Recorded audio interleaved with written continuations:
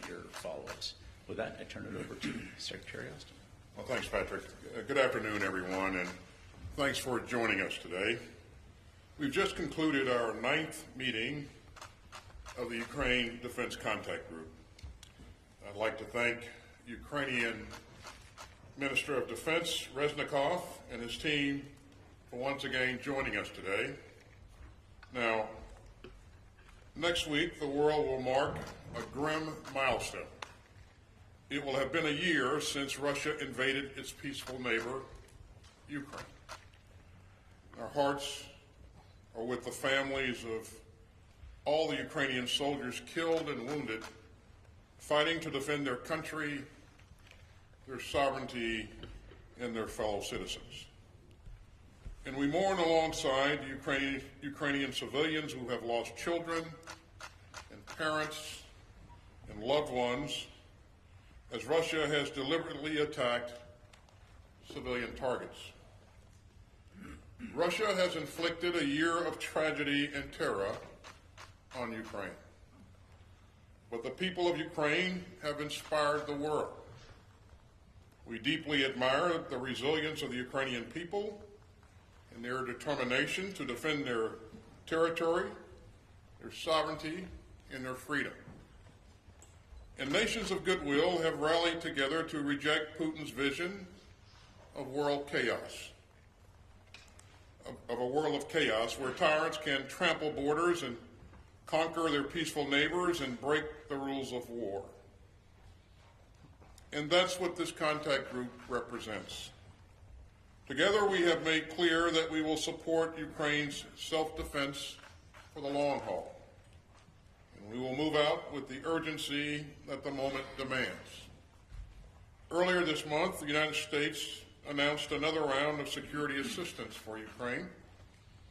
The presidential drawdown announcement included more ammunition for HIMARS. It included 190 heavy machine guns to counter unmanned aerial systems from Russia or Iran, 181 MRAP vehicles, and more than 2,000 anti-tank munitions and other key capabilities. We also added $1.75 billion in Ukraine Security Assistance Initiative funds for critical air defense capabilities, including counter-UAS systems and more. And at today's contact group, we joined again with our valued allies and partners to make sure that Ukraine has what it needs when it needs it.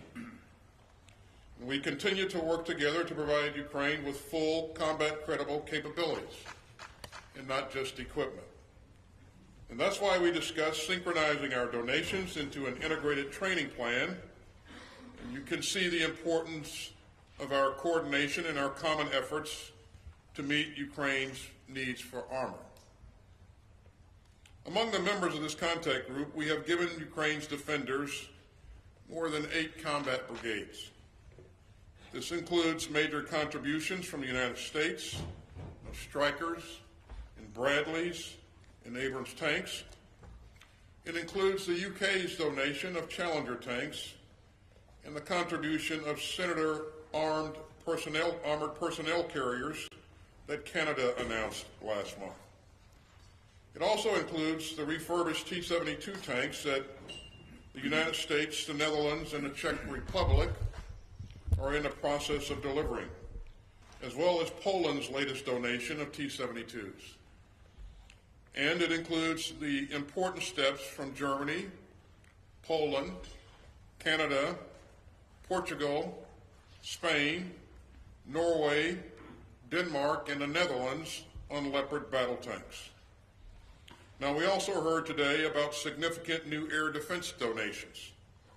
That includes Italy and France, which jointly announced that they will provide Ukraine with the SAMP-T air defense system. And France also announced that it will work with Australia to ramp up 155mm ammunition production to support Ukraine.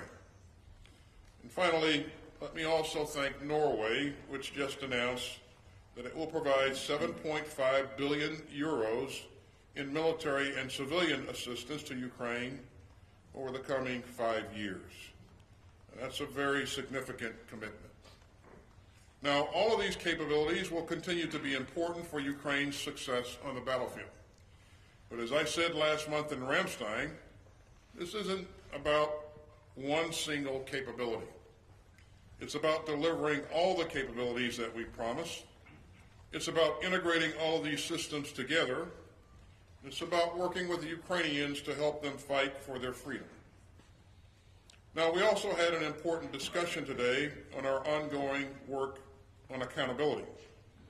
It's a priority for me and my contact group colleagues to ensure that our donations continue to be used as intended and that we move proactively to prevent arms proliferation. And we will keep working with our Ukrainian partners to ensure that all of the equipment that we're providing continues to reach the brave troops on the front lines. Now, a year ago, Putin assumed that Ukraine was an easy target. Putin assumed that Kyiv would easily fall. And Putin assumed that the world would stand by. But the Kremlin was wrong on every count. Over the past year, Ukraine's soldiers have fought valiantly for their country. Ukraine's people have shown deep courage in the face of Russian cruelty. And countries of goodwill have rallied to defend an open order of rules and rights. Together we seek a world where disputes are resolved peacefully, where sovereignty is respected, where borders are honored, and where civilians are protected. Those are the values of this contact group. We stand united in our support for Ukraine's fight for freedom, and we will stand together, united and resolute, for as long as it takes. And with that, let me turn it over to General Milley. Thank you, Secretary Austin, and thank you for your leadership, leading this ninth successive contact group. This is an incredible level of effort by many, many countries. And it wouldn't be happening without the leadership of Secretary Austin. Good afternoon to everyone, and let me start by giving my condolences to the people of Turkey and Syria with the tragic loss of life and suffering that has occurred because of the recent earthquake. Also suffering are the Ukrainian people. We are approaching the one-year anniversary of Russia's illegal invasion of a sovereign nation of Ukraine. And I want to thank the ministers of defense and the chiefs of defense that were here today, representing 54 countries that continue to participate in this group. The actions of those leaders over the last year have contributed substantially with real effect on the battlefield, and they collectively have demonstrated unwavering commitment to the defense of Ukraine.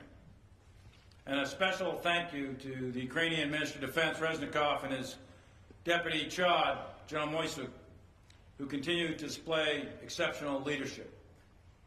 And my friend, General Zaluzny, who is on the battlefield every day, leading his country's defense. 10 days from now is the one-year anniversary when Russia brutally, illegally, and in a completely unprovoked way invaded the sovereign nation of Ukraine. As the Secretary just pointed out, Putin thought he could defeat Ukraine quickly, fracture the NATO alliance, and act with impunity. He was wrong. Ukraine remains free. They remain independent. NATO in this coalition has never been stronger, and Russia is now a global pariah. And the world remains inspired by Ukrainian bravery and resilience. In short, Russia has lost. They've lost strategically, operationally, and tactically, and they are paying an enormous price on the battlefield. But until Putin ends his war of choice, the international community will continue to support Ukraine with the equipment and capabilities it needs to defend itself. Through this group, we are collectively supporting Ukraine's ability to defend its territory, protect its citizens, and liberate their occupied areas. In the face of a barbaric Russian invasion, Ukrainians remain resilient. The nation of Ukraine is united for one single purpose: to expel the Russian forces from their territory and to defend themselves. For Ukraine, this is not a war of aggression, it is a war of defense. For Russia, it is a war of aggression. The Russian military has paid tremendous costs in their war of aggression, and now they have resorted to sending conscripts and prisoners to imminent death. In recent months, the group who gathered here today pledged to provide significant quantities of battlefield capabilities: tanks, air defense, and munitions. 11 countries have pledged tanks, 22 have pledged infantry fighting vehicles, 16 pledged artillery and munitions, and 9 more pledged air defense artillery. The group is focused on delivering the capabilities committed and efficiently providing the training, the spare parts, the sustainment logistics necessary for the full employment of these systems. Training, maintaining, and sustaining Ukraine's remains key for Ukraine to prevail. Throughout this war, Ukraine has showed incredible resourcefulness in how they integrate varied capabilities to adapt to the changing dynamics of this battlefield. Ukrainians have combined unbreakable will with innovative tactics and empowered their leaders to liberate their own country.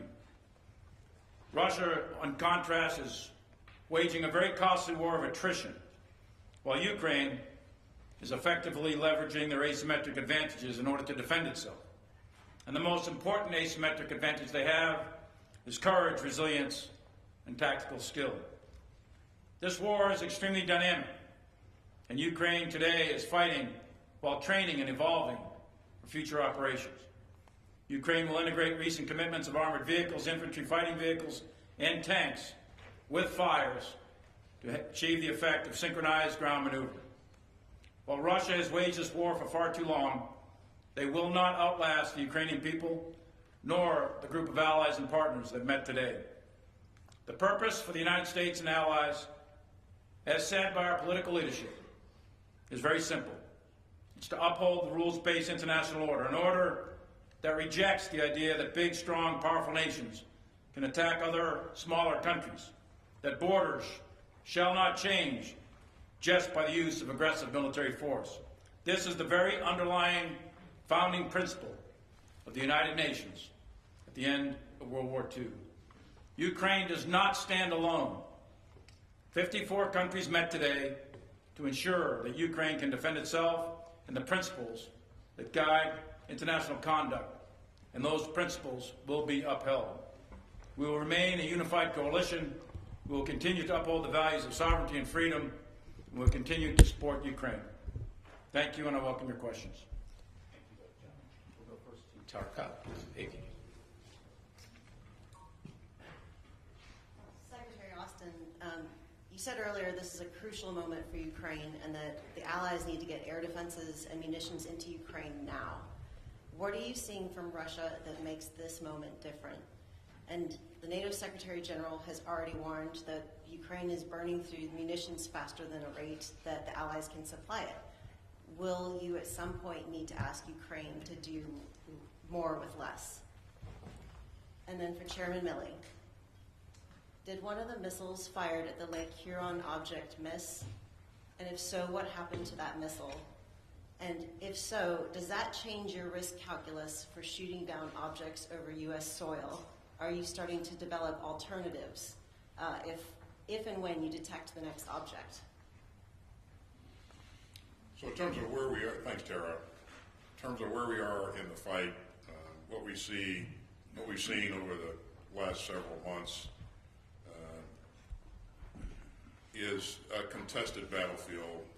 We see a lot of activity in the Bakhmut area, which is where Russia is focusing most of its effort. We see Russia introducing a number of new troops to the battlefield. Many of those troops are ill-trained and ill-equipped, and so their casualty rate has been really high. What Ukraine wants to do in the, at the first possible moment is to establish or create momentum and establish conditions on the battlefield that continue to be in its favor. And so we expect to see them conduct an offensive sometime in the spring. And because of that, all the partners in the Ukraine Defense Contact Group have been working hard to ensure that they have the armored capability, the fires, the sustainment to be able to be effective in creating the effects on the battlefield that they want to create. And so we believe that there will be a window of opportunity for them to exercise initiative and then change or continue to create the right conditions on the battlefield there. In terms of munitions, this has been a tough fight throughout, and Ukraine has been at this for a year, and so they have used a lot of artillery ammunition. We're going to do everything we can, working with our international partners, to ensure that we get them as much ammunition as quickly as possible, and that we'll do everything we can to sustain our efforts there as well.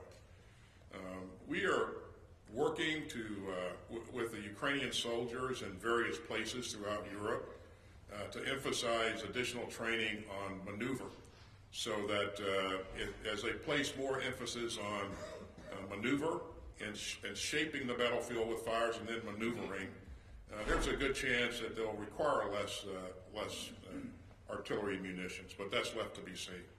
So we're going to do everything we can to make sure that they have what they need to be successful, and that's what we continue to emphasize here in the Ukraine Defense Contact Group, and we think the training will pay additional dividends as well.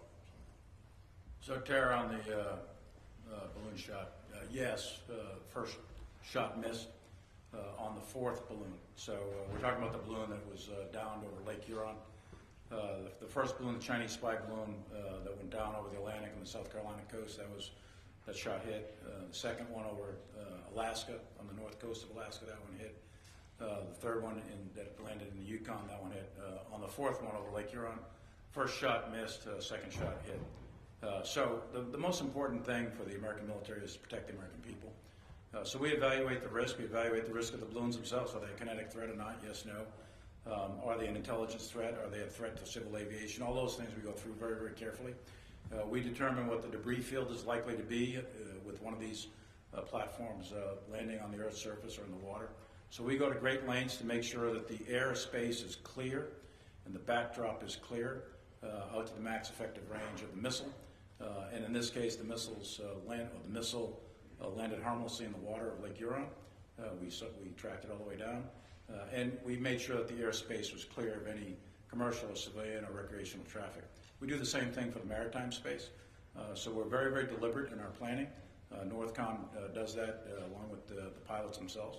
So we're very, very careful to make sure that those shots are in fact safe. And that's the guidance from the President. Shoot it down, but make sure we minimize collateral damage and we preserve the safety of the American people. And just a quick clarifier, are you confirming that the other three objects were also balloons like the first one? I'll just use the word object. That's what everyone's using. We'll see. We're not recovered yet, as you know. Number 2, 3, and 4 are not recovered yet. Number 1, we are recovering and getting a lot of stuff off that. But 2, 3, and 4 not yet recovered. They're in very difficult terrain.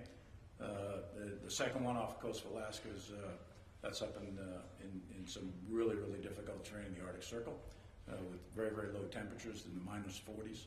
The second one is in the Canadian Rockies in Yukon.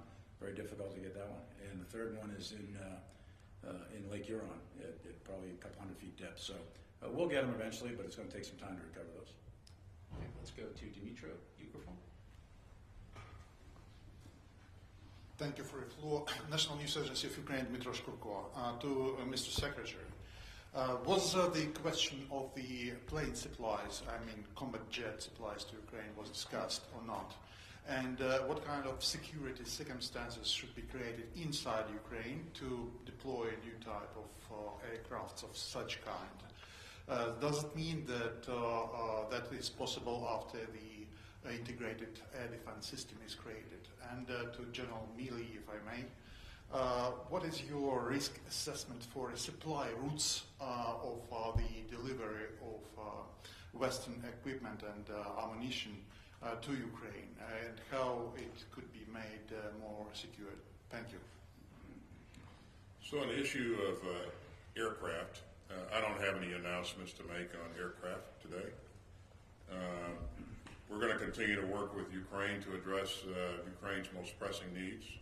Again, they're contemplating an offensive in the spring, and that's just weeks away. And so we have a lot to get done. So if you think about the numbers of systems that we're bringing together, Bradleys, Strikers, Martyrs, CB90s, 113s, artillery, and the list goes on and on. It's a monumental task to bring all those systems together, get the troops trained on those platforms, and make sure we have sustainment for all of those systems, and get those systems into the fight. So that's really the focus of our conversation today. So, Dmitry, lines of communication in warfare and combat are always subject to enemy attack. No different here. And the lines of communication that stretch through the western portions of Ukraine are subject to Russian attack from the air, attack from artillery, attack from special operations forces, etc. So the key to ensure that the supplies get through, maintain good operational security, vary your times, don't set patterns, take different routes, and make sure you disperse your force so that you have small penny packets as opposed to one large massive convoy. The security from the Polish border or any other border, Romanian border, anywhere, that security is part of the security plan for the Ukrainian armed forces. They pick the stuff up and they do that. And they practice all the good tactics, techniques, and procedures that I just described. I would say it's not without risk, but it's moderate, and it's been successful so far to get through. Let's go to Felicia Schwartz, Financial Times. Thank you. First, for Secretary Austin, we've heard from Western officials that Russia's Air Force is well intact and that the Russians are preparing to launch an air campaign as its land forces are depleted. Where is Russia amassing aircraft ahead of the offensive? How soon could this begin? Has this hastened the need to provide air defense to Ukraine? And has enough assistance been provided so that Ukraine is ready to defend against it? And then for Chairman Milley, does Russia have the right equipment to pose a threat to the Ukrainians and break through in the Donbass? And separately but relatedly, is Ukraine going to get enough equipment and enough time and have a big enough force on the ground to be able to have a serious counteroffensive? Thanks, Felicia. In terms of whether or not Russia is massing its aircraft for some massive aerial attack, we don't currently see that. We do know that Russia has a substantial number of aircraft in its inventory and a lot of capability left. That's why we've emphasized that we need to do everything that we can to get Ukraine as much air defense capability as we possibly can. And recently, you've seen us step up and offer Patriots. You've seen other countries come forward with SAMP-T and RST, but it's not enough, and we're going to keep pushing until we get more because that threat is out there. But again, many countries have stepped up to the plate thus far. Our effort currently is to get these capabilities into country as quickly as we can, and then integrate those capabilities so we truly have an integrated air and missile defense capability. And I would add that Ukraine's done a credible job of intercepting a lot of the rockets and missiles that have been launched by Russia in those recent attacks. But again, we want to make sure that they have the ability to protect themselves going forward in the event that Russia tries to introduce its air force into this fight. They haven't done so thus far because Ukraine's air defenses have been pretty gosh darn effective, as you know. So, Felicia, on whether or not the Russians have the capability and equipment, et cetera, to continue the attack in the Donbass, They are attacking in the Donbass right now. Their progress is slow. It's a war of attrition. They're taking heavy casualties. Their leadership and morale is not great, and they're struggling mightily. However, they do have numbers, and as you know, President Putin did a call-up of several 100,000, and those folks have been arriving on the battlefield. So they do have numbers, and whether or not they're successful in pressing the fight, that remains to be seen. But that fight has been going on, and it's a slow, grinding battle of attrition in that general area. For the Ukrainians, I don't want to project forward what the Ukrainians may or may not do. As you know from this particular conference here, we are plussing them up with a significant amount of capabilities with ground maneuver, artillery, etc. What they do with that, that'll be up to the Ukrainians in the coming weeks and months. We have time for one more. Let's go to Marcus Price, ARD Television. Thank you very much. One question to Secretary Austin about the stance of the U.S. when it comes to delivery of fighter jets. And President Biden said no to the delivery of F-16. Also earlier in the conflict, when Poland offered to deliver MiG-29 via Ramstein to Ukraine, I think the U.S. stopped it. Has this position evolved? Do you encourage countries to do so if they want to, or do you assess the risk is too high? So what is the U.S. position on other countries delivering fighter jets? And to Chairman Milley, the Russian offensive we're seeing, what do you see so far? Is this very serious? Is it different than what we saw in the past? And do you have any intelligence whether we are going to see another attempt of the Russian forces to capture Kiev? Thank you. Thanks, Marcus. For the record, with respect to any kind of aircraft being provided by Poland, the United States never stopped Poland from providing anything. A decision to provide something that's the decision made. That will be a decision made by the leadership of that country. That's certainly not something that we can or will dictate. In terms of whether or not we're going to provide F-16s, as I said earlier, I don't have any announcements to make, and I don't have anything to add to what our president said earlier. So, and I'll just leave it at that. And Marcus, on the issue of the Russian offensive, this offensive that you see ongoing right now in generally in the Bakhmut area, from Kharkiv all the way down to Kyrgyzstan, the front line is quite stable, even though very violent, a lot of fighting. It's relatively stable. Most of the dynamic movement back and forth is generally in the vicinity of Bakhmut. The Ukrainians are holding. They're fighting the defense. The Russians, primarily the Wagner group, are attacking. But there's what I would describe it as is a really a very significant grinding battle of attrition with very high casualties, especially on the Russian side. There's no fancy arts of maneuver going on here. This is frontal attacks, wave attacks, lots of artillery with extremely high levels of casualties in that particular area. And how long that will last is difficult to say, actually. It's been going on for weeks, and I think it'll continue to go on until either the Russians culminate. I don't think the Ukrainians will just collapse or fold. I think they're going to continue to fight. So that's a battle worth that we're paying attention to very, very closely and making sure that the Ukrainians have the capability to continue to defend. As far as Kyiv, I'm not going to go into what intelligence we have or don't have.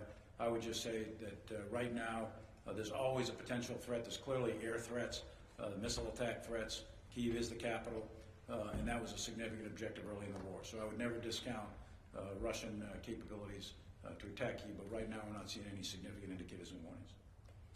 Ladies and gentlemen, that is all the time we have available today. This concludes our press briefing.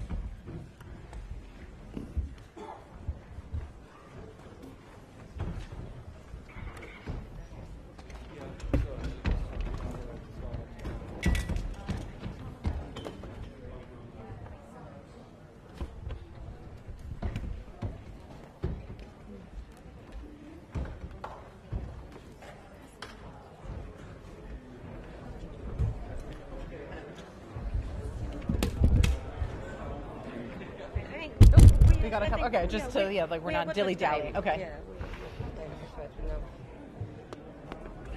to go to